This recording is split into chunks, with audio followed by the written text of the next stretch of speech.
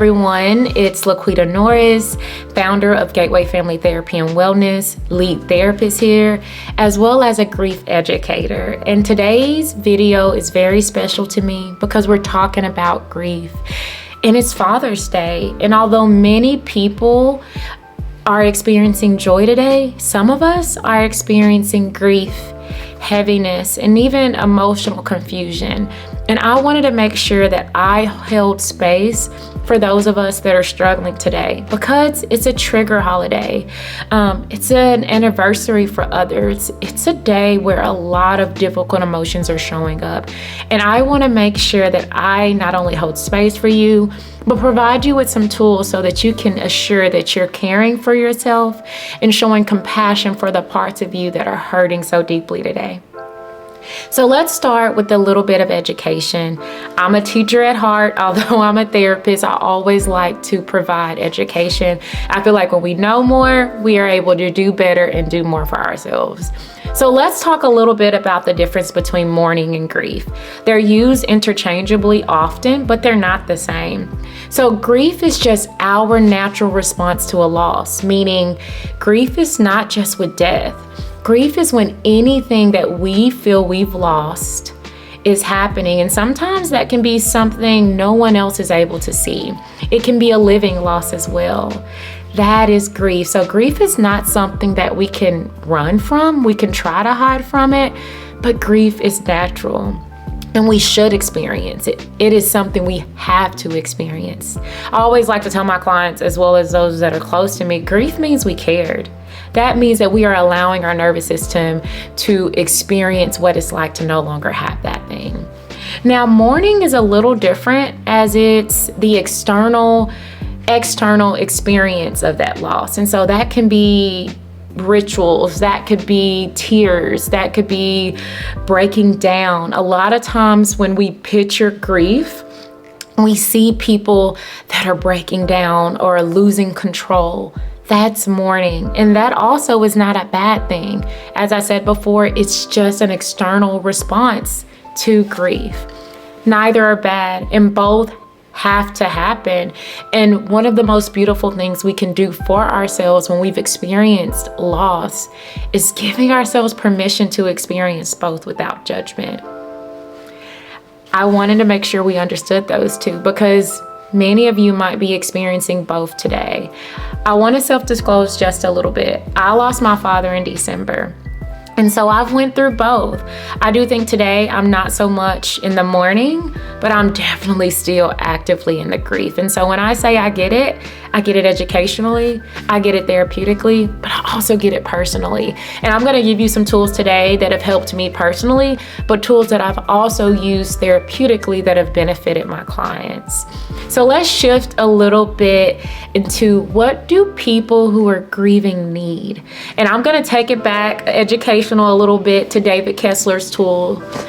He says the primary need of someone grieving is to have their pain witnessed. And I can tell you that is true therapeutically, but that is also true, I know, personally.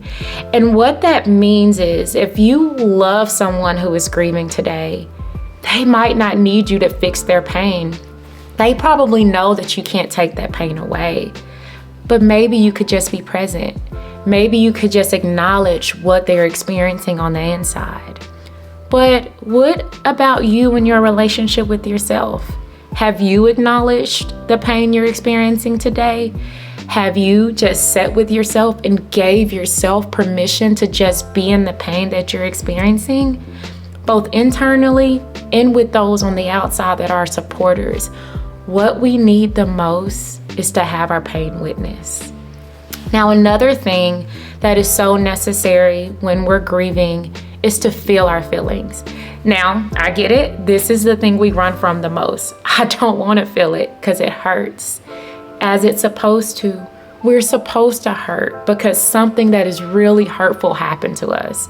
And honestly, if we stopped hurting, that will require us to not remember. And in order to not remember, sometimes that would require us to not remember the good things as well. And I wouldn't want that for myself or you all. So you're hurting because something very hurtful happened. But one of the key things is you have to feel those feelings. Suppressing those feelings only leads to more feelings.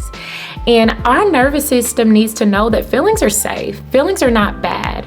And if you love someone who is grieving, don't ask them, how are you? Because sometimes we don't know. But help us click with what we're feeling. So ask that person, how are you feeling today? And let's say they say, I'm fine. That's not a feeling. Get them to express that actual feeling. And this is the same with you and your relationship with yourself. Check in with yourself daily and ask, what am I feeling? How am I experiencing that feeling? This gives us an opportunity to truly work through our grief and not get stagnant in our grief or run from our grief. We're gonna grieve whether we allow it to be active or not. And sometimes when we feel some of the residual effects of being in active grief, it's because we weren't active in our grief at all. Now, two of the last things that we need is gonna hit on how therapy helps as well. So we need to actually heal the wounds that were present before our grief. A lot of times how we deal with grief is based on the wounds we already had prior to grief. If we never dealt with those things, if we never healed those wounds, it might activate things in our grief that are too heavy for us to carry.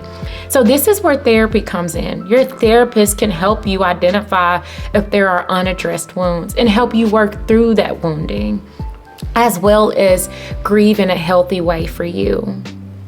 Another way that therapy is so beneficial is helping us find meaning after the loss. What does it mean to do life now that I don't have this person in my life? How can I learn to experience joy again while I'm still experiencing pain? Those are two areas that therapy is so beneficial. And here at Gateway, we address that from two ways. Of course, therapy in the therapy room, but also wellness, because so much of our grief is stored deep, deep, deep in our bodies. Whether that's chronic pain, whether that's digestive issues, whether that's headaches, that could be grief stored in your body. And yoga and massage can be so helpful when it comes to that. Now to the good stuff. What do I do, Laquita, when I'm experiencing these things? What have you done, Laquita, when you were experiencing these holidays or these trigger dates? One of the first things I do is give myself permission to be where I am. I make no plans. And I encourage this for our clients.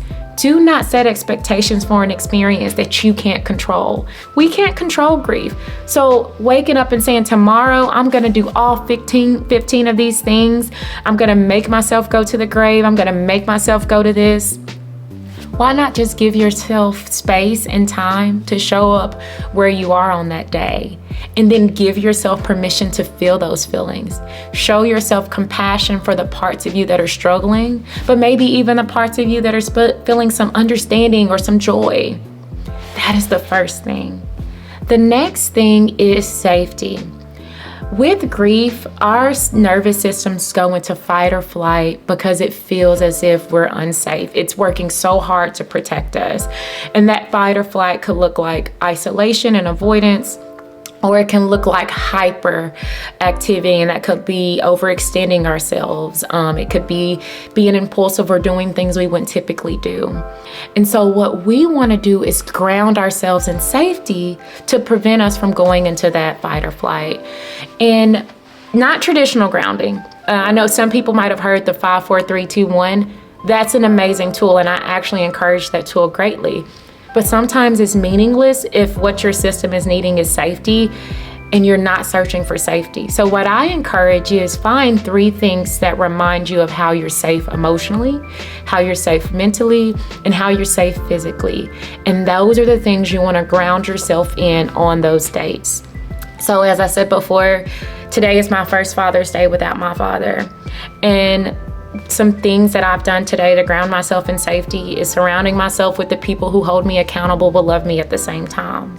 They are safe for me. They were safe for me when he was here, and they're still safe for me while he is gone. Another thing that is very grounding and safe for me is pouring into others. I do believe that this is my purpose in life, the work I do. And so today I'm actually going to be, in some sense, working, but I'm working with people who need me, and I'm supporting them. And it's safe for me, and it's grounding me today. It's reminding me that although I'm hurting, I still have something to give. Now, another big thing that I always like to push is compassion.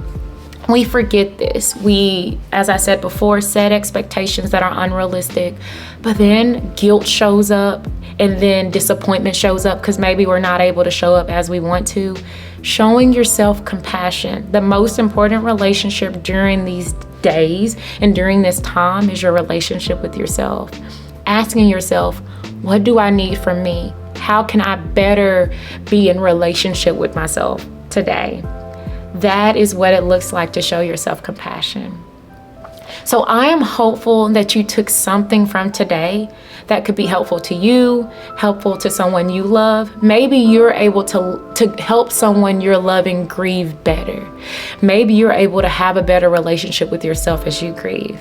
If any of that occurred today, like this video, share this video with somebody you care about, subscribe to my channel and our channel, and receive more tips, or continue to follow our journey into wellness, which has recently happened for us. Or if you need more support, remember that Gateway Family Therapy and Wellness is here, and we will love to be on this journey with you and support you in your grief. We also have an amazing tool coming up for those that are grieving relationships. I know there may be people today who are grieving the loss of a partner who is also a father. Or maybe there are people who are grieving a relationship that never happened with a father. We have a relationship group that's called Loving Me After Losing Us. And this can be in relation to relationships with fathers that you never had. It could also be a wonderful tool for people who are in intimate relationships, who are grieving the relationship they don't have or the relationship they've lost with themselves. If this could be a tool that would be beneficial to you, tomorrow is the last day to register. So please do so. Whether it's joining one of our support groups, coming in for therapy, you can receive all of that information at gatewayfamilytherapy.com. Again, subscribe, like, and share. And remember, your heart requires taking care of, and take that step to do so.